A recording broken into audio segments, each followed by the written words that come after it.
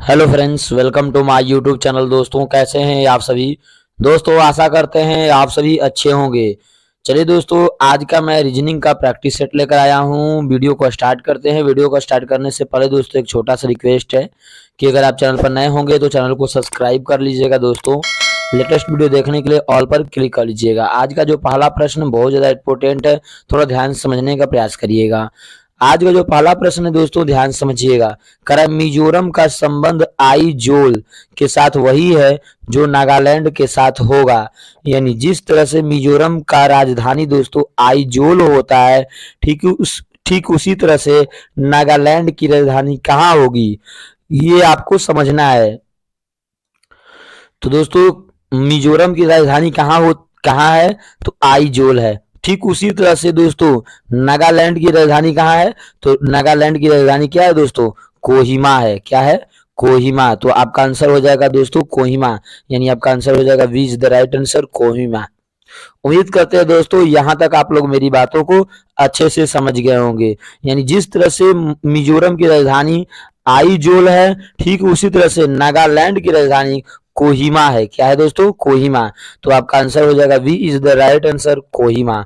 अगला प्रश्न पर चलते हैं दोस्तों। प्रश्न नंबर 2, थोड़ा ध्यान समझने का प्रयास करिएगा। प्रश्न नंबर 2, यदि त्रिभुज बेरोजगार को, वर्ग ग्रामीण को तथा वृत्त शिक्षित को दर्शाए तो शिक्षित बेरोजगार ग्रामीण होगा।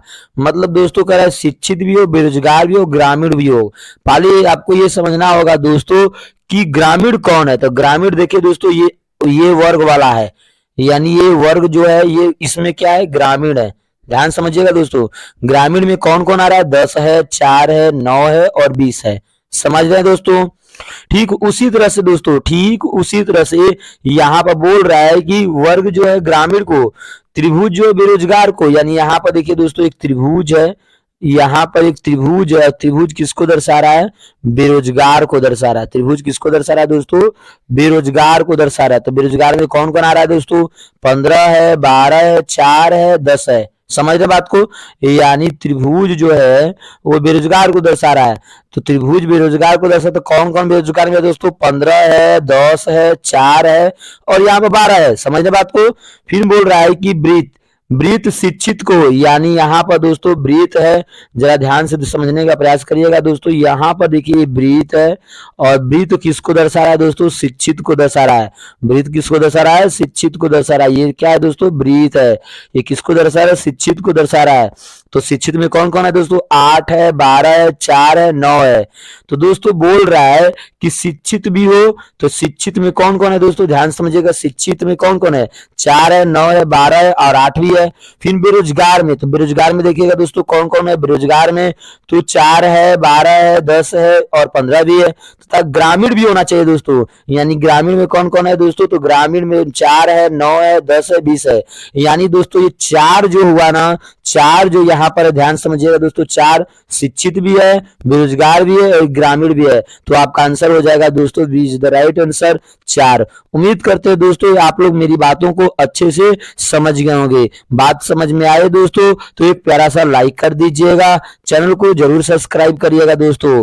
प्रश्न नंबर 3 पर चलते हैं, थोड़ा ध्यान समझने का प्रयास करिएगा। प्रश्न नंबर 3, निम्न शब्दों को सार्थक क्रम में सजाएं। देखिए दोस्तों यहाँ पर कुछ शब्दें दी गई है, उन्हें सार्थक क्रम में सजाना है। तो चलिए दोस्तों सार्थक क्रम में सजाने का प्रयास करते हैं।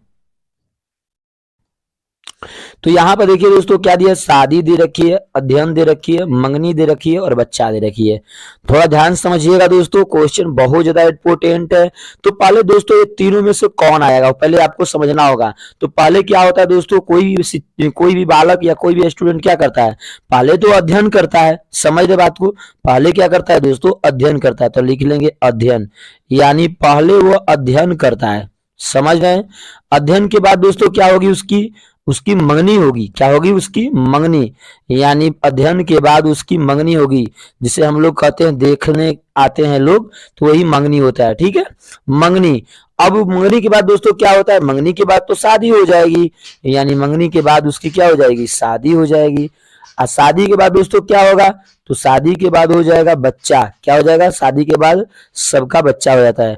यानी यहाँ पर अध्ययन का 2 है, मंगनी का 3 है, शादी का दोस्तों 1 है और बच्चा का 4 है। तो 2 यहाँ पर हो जाएगा दोस्तों, इसका आंसर 2 3 1 4। 2 3 1 4 किस ऑप्शन में दिया है दोस्तों, 2 3 2 3 2 3 1 4, यानी आपका आंसर डी में दिया है, तो D is the right answer हो जाएगा। उम्मीद करते हैं दोस्तों आप लोग मेरी बातों को अच्छे से समझ गए होंगे।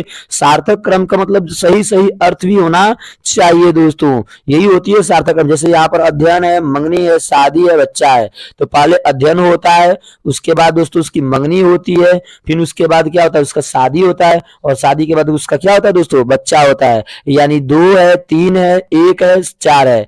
यहाँ पर देख लीजिए 1 पर शादी देखिए, 1 लिखा, अध्ययन 2 पर देख, अध्ययन 2 पर हो, मंगनी 3 पर, 3 पर, बच्चा 4 पर, 4 पर, यानी 2 3 1 4 मिला दोस्तों, 2 3 1 4 किस ऑप्शन में, तो आपका डी में मिला, तो D is the right answer. अगला प्रश्न पर चलते हैं दोस्तों, प्रश्न नंबर 4, थोड़ा ध्यान समझने का प्रयास करिएगा। प्रश्न नंबर 4 कर है 5 11 23 और 47 और यहाँ पर वाट है, यानी इसका मान बताना है दोस्तों। तो पहले ध्यान समझिएगा दोस्तों, 5 को किया क्या है, अगर ध्यान से देखिएगा तो दोस्तों 5 में अगर 2 का गुणा करिएगा तो 10 होगा, अगर 10 में 1 जोड़ेंगे तो क्या हो जाएगा दोस्तों, 11 हो जाएगा ना।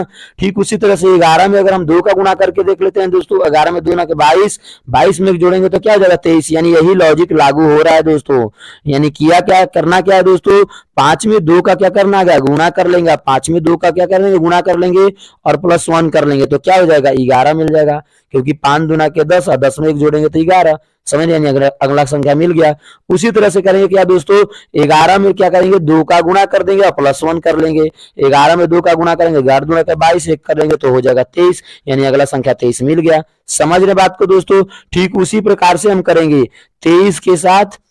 तो 23 में क्या करेंगे दोस्तों, 2 का गुणा कर लेंगे, तो 23 दूना का 46, 46 में 1 प्लस करेंगे, 23 दूना का 46, 1 प्लस करेंगे तो क्या हो जाएगा 47 मिल जाएगा।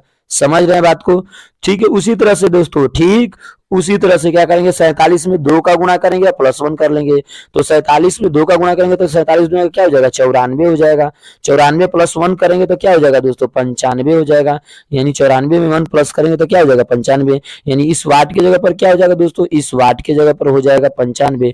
तो आपका आंसर कौन सा हुआ दोस्तों, आपका आंसर हो जाएगा B is the right answer 95। उम्मीद करते हैं दोस्तों यहाँ तक आप लोग मेरी बातों को अच्छे से समझ गए होंगे। यानी कहने का मतलब है मेरा दोस्तों कि 5 का जो संबंध 11 के साथ हो रहा है, तो किस तरह से हो रहा है पहले आपको ये समझना है। तो 5 में 2 का गुणा किए, 2 में 5 गुना के 10 हो गया, 10 में 1 जोड़ दिए तो क्या हो गया 11। ठीक उसी तरह से दोस्तों 11 में 2 का गुणा किए, प्लस 1 कर दिए तो क्या मिल गया 23 मिल गया। समझ रहे हैं बात को, ठीक उसी तरह से गुणा किए 23 में 2 का, 23 दूना के क्या होगा 46, 46 में 1 प्लस किए तो क्या हो जाएगा दोस्तों 47 हो जाएगा। ठीक उसी तरह से किए दोस्तों 47 में 2 का गुणा करेंगे, 1 प्लस कर लेंगे, 47 में 2 का गुणा करेंगे तो क्या हो जाएगा 47 में 2 का गुणा करेंगे कितना हो जाएगा 94, 94 में प्लस 1 करेंगे तो क्या हो जाएगा दोस्तों 94 में 1 प्लस करेंगे तो हो जाएगा 95। तो आपका आंसर हो जाएगा 95, B is the right answer. उम्मीद करते हैं दोस्तों यहाँ तक आप लोग मेरी बातों को अच्छे से समझ गए होंगे। प्रश्न नंबर दोस्तों 5 पर चलते हैं, थोड़ा ध्यान से समझने का प्रयास करिएगा। प्रश्न नंबर 5 करें ऐसे चिन्हों का समूह चुनिए जिन्हें समीकरण में सही फिट किया जा सके। मतलब एक समीकरण यहाँ पर दे रखी है दोस्तों, इसमें आपको बताना है कि सही किस तरह से फिट किया जा सकता है। ठीक है, तो जरा ध्यान से समझिएगा दोस्तों, जब भी इस प्रकार के प्रश्न आता है तो करते क्या है, बस आपको चिन्ह परिपाटी पर ध्यान देना होगा। यहाँ पर देखिए दोस्तों 5 है, उसके बाद रिक्त स्थान है, फिर 3 है, फिर रिक्त स्थान है, फिर 8 है, फिर रिक्त स्थान है 4 है, फिर रिक्त स्थान है 2 है, बराबर 21 दिया है। यानी कोई भी इसमें चिन्ह परिपाटी अगर लॉजिक लागू करे तो उसका मान हमेशा 21 होना चाहिए। यानी अगर कोई इसमें चिन्ह दोस्तों लागू करे तो उसको सॉल्यूशन करने के बाद उसका मान 21 होना चाहिए, तभी ये क्या कहलाएगा, समीकरण में फिट होना कहलाएगा। ठीक है, तो देखिए दोस्तों करते क्या है, यहाँ पर 5 है, पहला ऑप्शन को ले लेते हैं। 5 है तो 5 में क्या कर रहा है दोस्तों, पहले में दिया गुणा, तो 5 गुणे 3, फिर दूसरा में दे रखिए दोस्तों प्लस, तो प्लस 8, ध्यान समझिएगा दोस्तों, फिर दिया माइनस, तो माइनस 4, और फिर दिया है भागे, फिर भागे 2। इसको पहले सॉल्यूशन करके देखते हैं दोस्तों, क्या 21 आ रहा है, अगर 21 आएगा तो यही हो जाएगा फिट, अगर 21 नहीं आएगा तो हम दूसरा ऑप्शन को चूज करेंगे। ठीक है, तो चलिए दोस्तों करते क्या है, ध्यान समझिएगा, यहाँ पे भागा है तो भागा करेंगे, पहले इसमें गुणा कर ले, 5 यानी कि कितना हो जाएगा 15, 15 प्लस 8, आइए भागा करिएगा तो हो जाएगा 2, यानी माइनस का 2। अब दोस्तों यहाँ पर 15 है, तो 15 में यहाँ पर देखिए दोस्तों 15 में 8 क्या करना है, जोड़ना होगा। तो 15 में 8 जोड़िएगा तो कितना हो जाएगा, 15 में 8 जोड़िएगा तो 23 हो जाएगा। 23 में 2 को क्या करना है, घटाना है। तो 23 में 2 घटाएगा तो क्या हो जाएगा दोस्तों, 21 हो जाएगा। यानी पहला दोस्तों इक्वेशन मैच कर गया।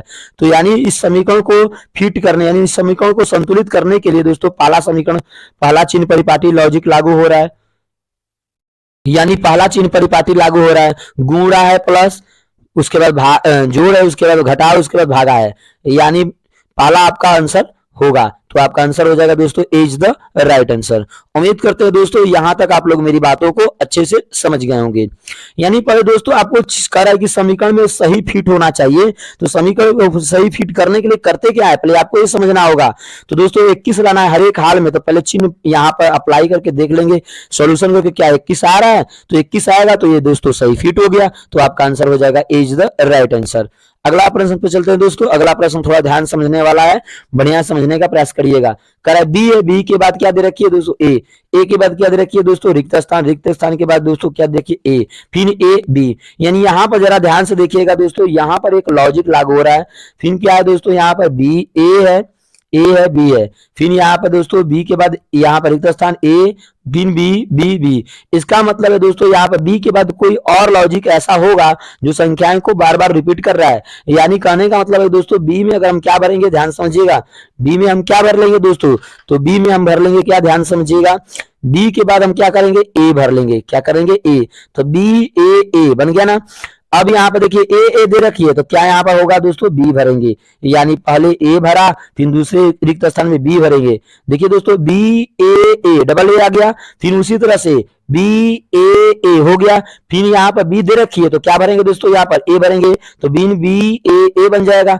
और यहाँ पर बी दे रखी है, तो ए और ए भर देंगे। यानी ए बी भरे, फिर ए भरे, और फिर दोस्तों क्या भरे, ए भर ले। यानी इस तरह का ऑप्शन में कौन सा है दोस्तों, तो इस तरह का ऑप्शन आपका पहला है। तो आपका आंसर हो जाएगा इज द राइट आंसर दोस्तों।